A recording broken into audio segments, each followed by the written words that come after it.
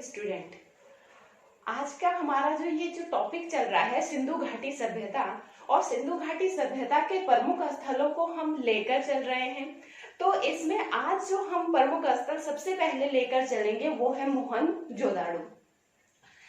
ये जो हमारे पास मोहनजोदाड़ो है,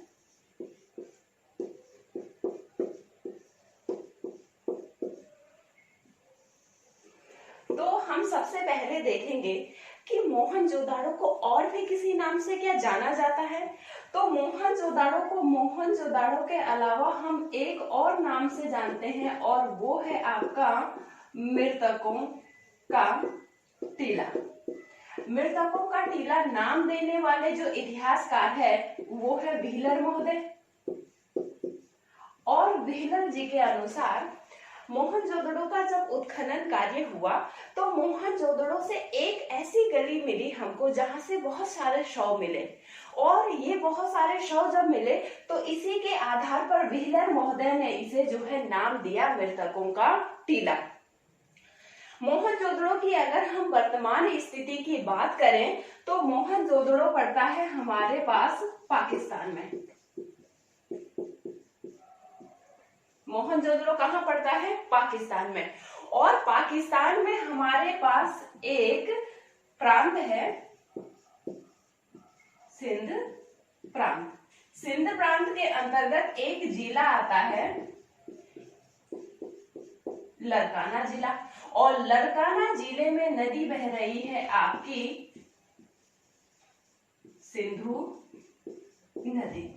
तो मोहनजोदड़ो की जो वर्तमान स्थिति है वो है पाकिस्तान के सिंध प्रांत में लरकाना जिले में सिंधु नदी के तट पर जो है मोहनजोदड़ो स्थित था।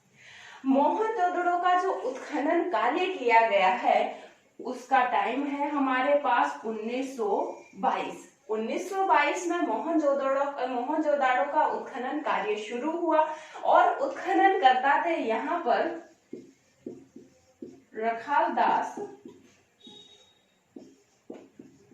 बनर्जी। रखालदास बनर्जी द्वारा जो है 1922 में सर्वप्रथम मोहनजोदाड़ो का उत्खनन कार्य शुरू किया गया। और मोहनजोदाड़ो का जब उत्खनन कार्य शुरू किया गया तो यहाँ से हमको बहुत सारे साक्ष्य प्राप्त हुए, जिस आधार पर जो है हम ये अनुमान लगाते हैं कि ये नगर, ये जो मोहनजोदाड़ो नगर है ये कितना विकसित रहा होगा। यहाँ के लोग जो है किन किन चीजों से परिचित थे, यहाँ पर किस तरीके का रहन सहन था, किस तरीके से लोग जो है यहाँ अपना जीवन गुजारते होंगे। साथ ही हमारे पास बहुत सारे क्वेश्चन आते हैं मोहनजोदाड़ो से, जैसे मोहनजोदाड़ो का उत्खनन कार्य जो है कब हुआ, किस वर्ष हुआ।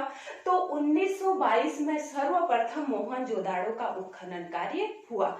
मोहनजोदाड़ो का उत्खनन करता है कौन है? रखालदास बनर्जी। रखालदास बनर्जी के नेतृत्व में 1922 में जो है मोहनजोदाड़ो का उत्खनन कार्य हुआ। और साथ ही ये पूछा जाता है कि मोहनजोदाड़ो जो नगर है वो किस नदी के तट पर स्थित है? तो मोहनजोदाड़ो जो नगर है वो सिंधु नदी के तट पर स्थित है।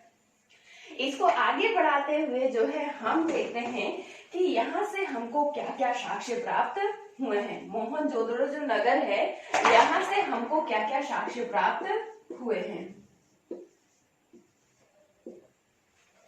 साक्ष्यों की यदि हम बात करें तो सबसे पहले हम यहाँ से लेकर चलेंगे विशाल अन्नागार को।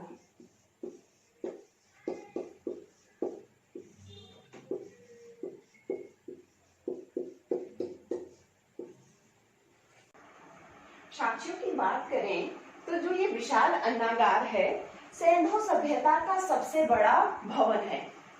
सिंधु घाटी सभ्यता में इससे बड़ा भवन हमको नहीं मिला है। ये जो विशाल अन्नागार है ये सिंधु घाटी सभ्यता का सबसे बड़ा भवन जो है उस समय माना गया है।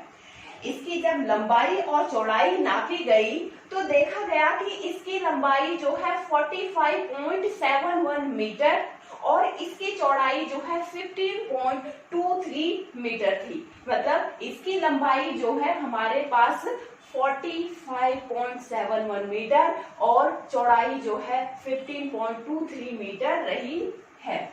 साथ ही हमने देखा कि ये जो भवन बना हुआ है ये पूरा का पूरा जो है एक ही नहीं था, इसको 27 खंडों में बांटा गया था। इस भवन को 27 खंडों में बांटा गया और 27 खंडों में बांटने का उद्देश्य जो है एक ही रहा वहां पे कि वहां जो अनाज रखा गया है वो खराब ना हो। अनाज को सुरक्षित रखने के लिए जो है वो उस भवन के अंदर हवा और प्रकाश की उचित व्यवस्था की जा सके।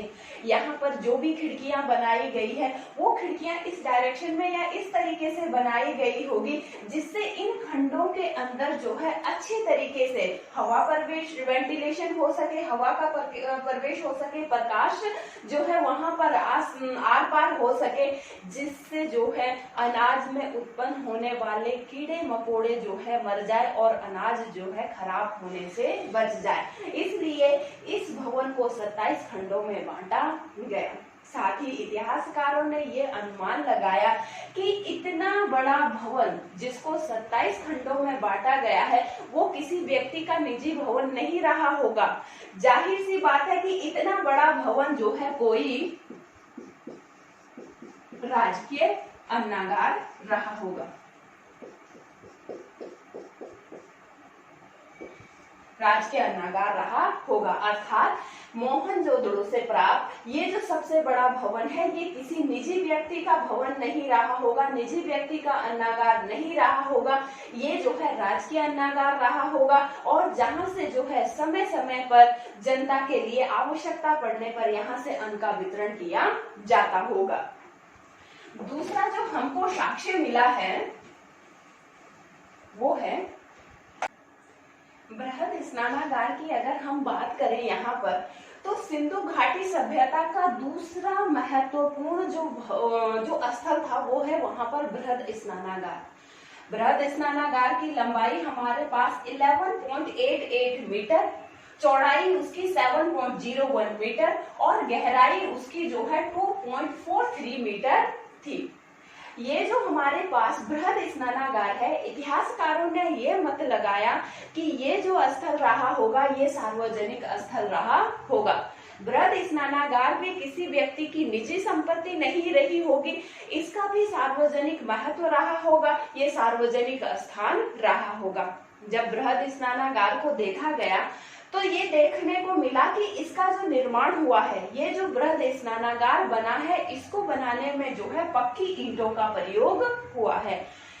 ईंटें वहां पर लाल रंग की मिलती है और पक्की ईंटों का प्रयोग हुआ है और इन ईंटों को आपस में जोड़ने के लिए जो है दो ईंटों को आपस में जोड़ने के लिए चूना और जिप्सम का प्रयोग किया गया है। चूने को आप जानते हो, जिप्सम हमारे पास एक तरल पदार्थ होता है जिससे जो है इन ईंटों को आपस में जोड़ा गया था।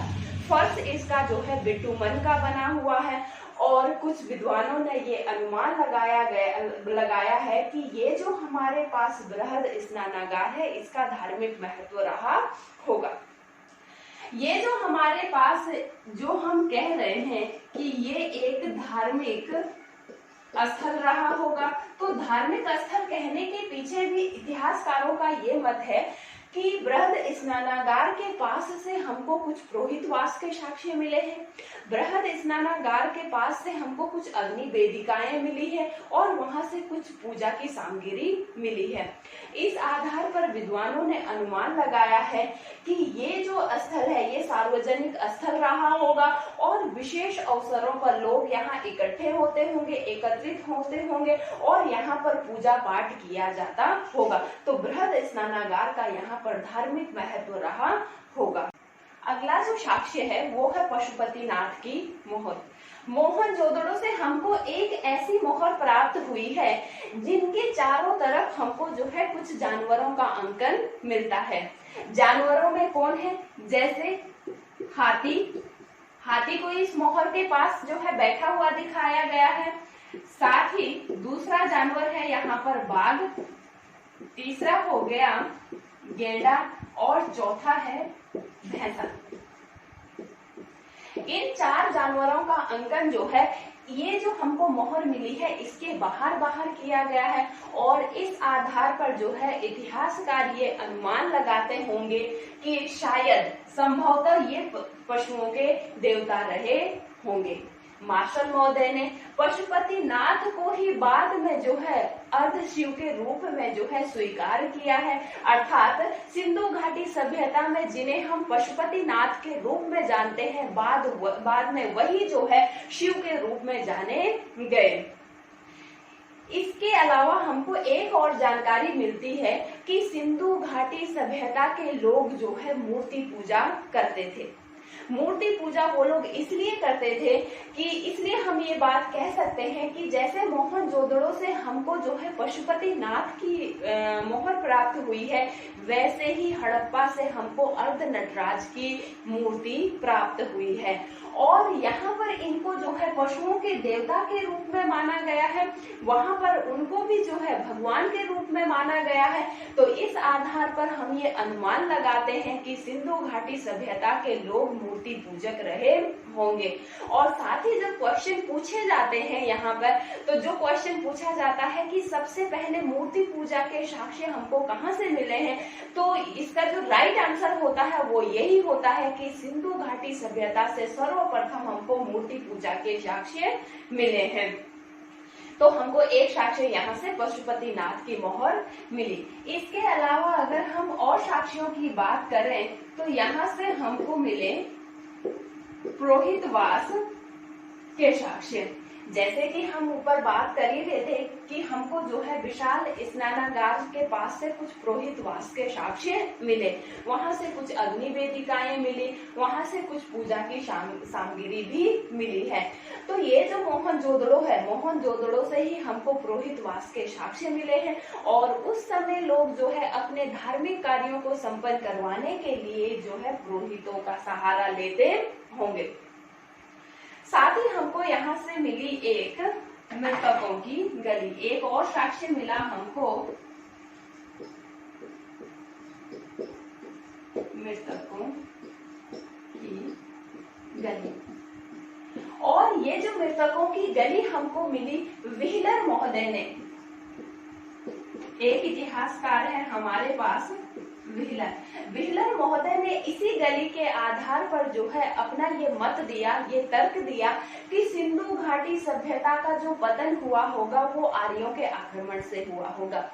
आर्य जो है भारत में आ ही रहे थे उस समय, और आर्यों का और सिंधु घाटी सभ्यता के लोगों का आपस में टकराव हुआ होगा, और उस टकराव में जो है सिंधु घाटी सभ्यता के लोग पराजित हुए होंगे, और जिससे इस महान सभ्यता का पतन हुआ होगा। लेकिन व्हीलर महोदय के मत का जो है आधुनिक इतिहासकारों ने खंडन किया है।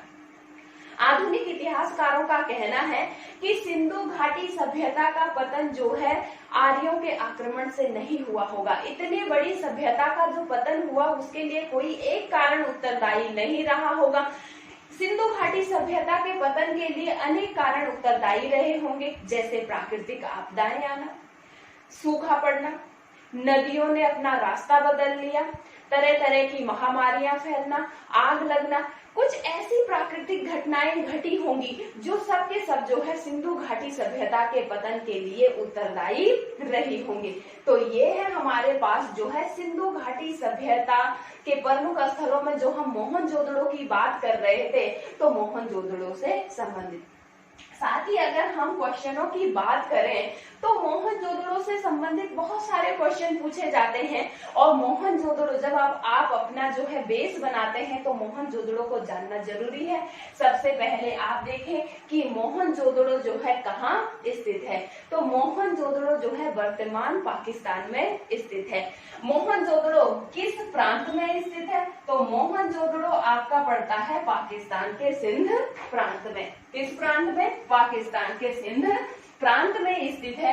और मोहनजोदड़ो किस नदी के तट पर स्थित है, तो मोहनजोदड़ो जो है सिंधु नदी के तट पर स्थित है।